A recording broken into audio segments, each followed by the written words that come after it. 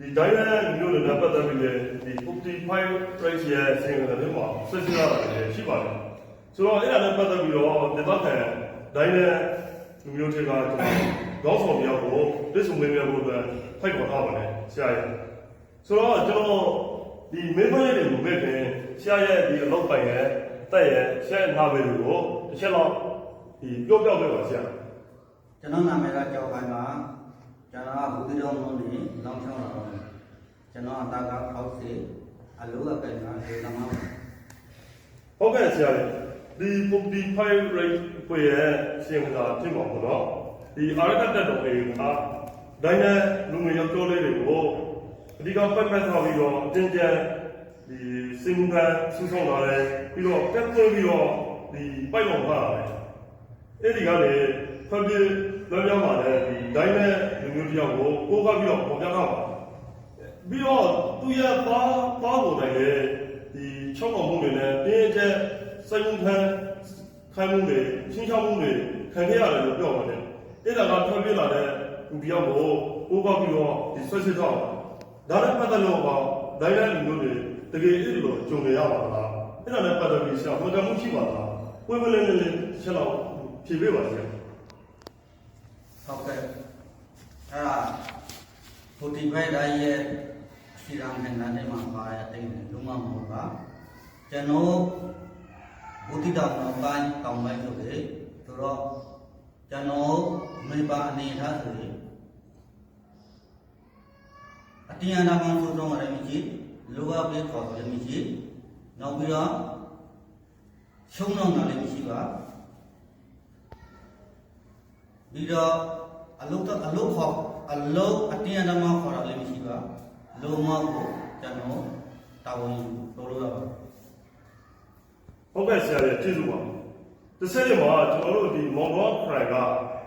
ဒီမွတ်စလင်ကောင်စီသားအတွင်းမှုကိုဒီပြည်စံတဲ့ပတ်သက်လို့ပြည်စုံနေရဖို့အတွက်ဖိုက်ခေါ်ထားပါတယ်ဆိုတော့ဆရာရဲ့ကျွန်တော်ဒီမေးခွန်းလေးတွေမေးခင်ဆရာရဲ့နာမည်ရဲ့ဆရာရဲ့အသက်ရဲ့လောက်ပိုင်ရဲ့အဲ့ဒါအချက်လောက်ဆရာပြောပြပါဆရာဟုတ်ကဲ့ကျွန်တော်ကအာဇတ်ပါအမတ်တီရဲ့ဘဝဘူးတိတော်မှာနေပါတယ်မောင်တော်ကမွတ်စလင်ရေးရာကောင်စီရဲ့အတွင်းမှုတရားမှုဖြစ်ပါတယ်ဟုတ်ကဲ့ဆရာဆိုတော့ဆရာကဒီမောင်တော်ခရိုင်မွတ်စလင်ရေးရာကောင်စီရဲ့အတွင်းမှုတရားဆိုတော့ဒီဒေသမှာဖြစ်တဲ့အားတွေနဲ့ပတ်သက်ပြီးတော့ဆရာကပို့ပြီးတော့ဒီသိမှာပေါ့နော်သိမှာလို့ဆိုတော့ဒီ55 right ကိုရဲ့အစီအမံတာဖြစ်မှာဒီဆွဲရှင်းထားတာတွေကဒေသအခြေအနေနဲ့ပြည်မှုရှိပါမလားဆရာရဲ့ကိုမဟုတ်အဲ့ဒါတွေကဒီလိုရာဆွေး6ရက်ထားတာတွေလို့ဒီဆရာမြင်ပါလားပြီးတော့ဒီအာရခဒီအရေးကိုလေးလာစောင့်ကြည့်နေတဲ့နိုင်ငံတကာပိုင်းဝန်းကဆရာဘလို့သတင်းစကားတွေဆရာပြေးရှင်ပါတယ်ဆရာရဲ့အမြင်လေးကိုဝိပလိလေးဒီပြောပြပေးပါဆရာဟုတ်ကဲ့ကျွန်တော်တို့မောင်တော်ကမွတ်စလင်ရေးရာကောင်စီအနေနဲ့မောင်တော်ကရဲ့နေသူနေပြသည့်ရွာတွေမှာဘာဖြစ်နေတယ်ဘာဖြစ်ပူဇော်နေတယ်ဘယ်လိုပြည်သူတွေဘယ်လိုအခါပြည့်ရှိတယ်တတိယရှားသားတွေကောင်းနေတာရှိပါတယ်အဲ့ဒီတတိယရှားသားတွေကောင်းနေတာမှာဘုလို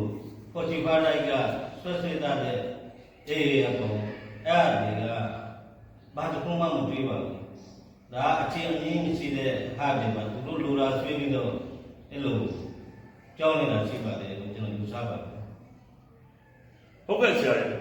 ပြီးတော့ကျွန်တော်ဆရာကိုထပ်ပြီးတော့ဒီမေးရှင်တာကတော့ဒီဆရာမေးခွန်းလေးခုအကြံခဲ့တာတွေ့လို့လေဟုတ်ကဲ့ဒီအာရခပြည်နယ်ပတ်သက်ပြီးတော့ဒီလက်လာဆုံးချင်းနေတဲ့နိုင်ငံတကာတိုင်းဝင်တဲ့နိုင်ငံတကာအဖွဲ့အစည်းတွေကိုဆရာအနေနဲ့ဒီဘလို့သတင်းစကားတွေပေးရှင်ပါလိမ့်ဆရာကျွန်တော်ကနိုင်ငံတကာတိုင်းဝိုင်းကိုပြောချင်တာအေးအနေနဲ့ရောအာရခတော်လည်းရဆိုရဌာနဆိုင်ရာကတော့ဘာတကူမှပြည်သူလူထုကလူအခွင့်အရေးချိုးဖောက်တာတော့ဘာလို့မရှိဘူးမတွေ့ဘူးနောက်ကျွန်တော်တို့ကဒီဒေသမှာမောင်တော့ကအတွင်းမှာလူမျိုးပေါင်းစုံအဲ့ရတူဝန်များစီလိုငင်းနဲ့နေတာကို45တိုင်းနဲ့ဒါကျွန်တော်ရဲ့စီလုံးညီညွတ်မှုကိုကြားစေအောင်လုပ်နေတယ်လို့ကျွန်တော် ဆပါတယ်လို့ပြောကြည့်ပါတယ် ဟုတ်ကဲ့ဆရာကြီးကျေးဇူးပါကျွန်တော်ဒီဒေသခံပြည်သူတွေလည်းဆက်ပြီးတော့ကျွန်တော်ဒီမေးမြန်းတော့ဖြစ်ပါတယ်ဆိုတော့ကျွန်တော်ဒီချင်းသမားရော်နဲ့ပတ်သက်ပြီးတော့ထပ်ပြီးမေးလို့ပါတယ်ဒီထက်မှာဒီဆက်စစ်ချက်တွေထက်မှာချင်းသမားရော်နဲ့ပတ်သက်ပြီးတော့တော်တော်လေးဒီဆက်စစ်ချက်တွေလုံးခလာတယ်တွေ့ရပါတယ်ဆရာကြီးဆိုတော့ကျွန်တော်မေးခွန်းလေးမမေးခင်ချင်းသမားရော်ကဒီဆရာရဲ့နာမည်ပြီးတော့ဆရာတက်ရဲ့အလုပ်ပိုင်ရဲ့အဲ့ဒါတွေကိုချက်တော့ပြောပေးပါဆရာ ဟုတ်ကဲ့ပါကျွန်တော်နာမည်ကသတ်တော့ပါကျွန်တော်နာမည်ကျော်ကိုင်လေးခေါ်ပါတယ်ကျွန်တော်စာကလေးစင်းနဲ့နေပါကျွန်တော်အလောကိုင်ကလေလို့ပါ ဟုတ်ကဲ့ဆရာကြီးကျွန်တော်ဒီချင်းသမားရော်နဲ့ပတ်သက်ပြီးတော့55 rights ကိုရဲ့ဆက်စစ်ချက်တွေပေါ့နော်ချင်းသမားရော်ကလူငယ်130ခန့်ကိုတင်းကျပ်စိုက်မှုထမ်းခိုင်းဖြစ်တယ်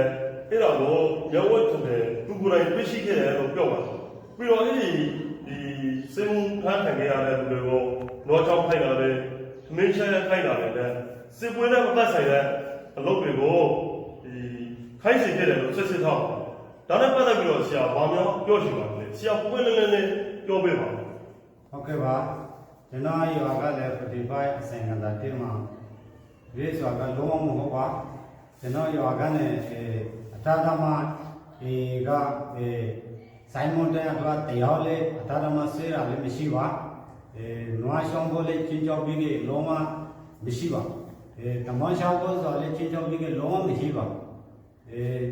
45အစင်ကလာတင်မှာရေးတာကိုလုံးဝမဟုတ်ပါ ဟုတ်ကဲ့ဆရာကြီးကျေးဇူးဆက်လက်ပြီးတော့ဒီ55 rated ခွေရဲ့ဆက်စစ်ချက်ချင်းမှာပါဝင်တဲ့ဘူးတီတော်တို့နဲ့ဝရချောင်းကြည့်တော့ကအုပ်ချုပ်ရေးမှုကိုကျွန်တော်ပြည့်စုံမင်းရဲ့ဘုရားဖိတ်ခေါ်တာဒါနဲ့ပတ်သက်ပြီးကျွန်တော်မေးခွန်းလေးတွေမေးခင်အုပ်ချုပ်မှုရဲ့တာမည်တဲ့သက်ကိုတစ်ချက်လောက်ပြောပြပါ ဟုတ်ကဲ့ပါကျွန်တော်နာမည်စဒူလာမီကောင်းဆောင်ဝမ်းပါအတန်းလေးစတော့မှာကျွန်တော်နာရှောင်းရှုံးလို့ပါ ဟုတ်ကဲ့အုပ်ချုပ်မှုရဲ့ဒီ55 rated ခွေရဲ့ဆက်စစ်ချက်ချင်းမှာပါတာပေါ့နော်အဲ့ဒီမှာအေကခဏတဲ့ကြည့်အောင်ရှုံးမှုဟာကိုယ့်ရဲ့ယောဂယောသူယောသားတွေကိုအေစီမှာလောအပေးစီခိုင်းဖို့အတွက်တတ်မှတ်ချက်ပြည့်မြအောင်ခေါ်ဆောင်ပေးရတယ်လို့ပြောပါတယ်အဲ့ဒီမှာတတ်မှတ်ချက်ပြည့်မြအောင်ခေါ်ဆောင်နိုင်သေးတော့အုပ်ချုပ်ရေးမှုဟာအေတက်ဖို့ဝင်နေစီမှာရိမ့်နဲ့ညှိပန်းနှိမ့်ဆက်ခံရရတယ်လို့ပြောပါတယ်ဒါနဲ့ပတ်သက်ပြီးအုပ်ချုပ်မှုကိုလည်းကြုံခဲ့ရတယ်ဆိုတော့တာမှန်ပါမလားအုပ်ချုပ်မှုဝိဝလေးလေးချက်ပြောပြပါ ဟုတ်ကဲ့ပါကျွန်တော်တို့နာရှောင်းမှာအာရကတက်တော့သွားပြီးတော့အလို့သမားတောင်းတော်လို့မရှိပါကျွန်တော်တို့မှာကင်းကလောဆောင်လို့မရှိပါကျွန်တော်ကထဲဆောင်လို့မရှိပါ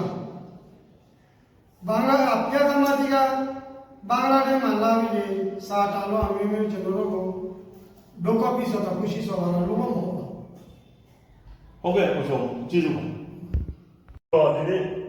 နေ့ကျွန်တော်ပြည့်စုံမေးမြန်းခဲ့တာတော့မော်တော်ခရိုင်ကဒီ55ရဲ့ကိုရဆက်စစ်တဲ့အမှာပါဝင်တဲ့မော်တော်ခရိုင်ကဒေသခံတွေနဲ့ကျွန်တော်ပြည့်စုံဝင်ခဲ့တာဖြစ်ပါတယ်ဆိုတော့ဒီနေ့ပြည့်စုံဝင်ရမှုကိုခုလိုရှင်ပေးပြီး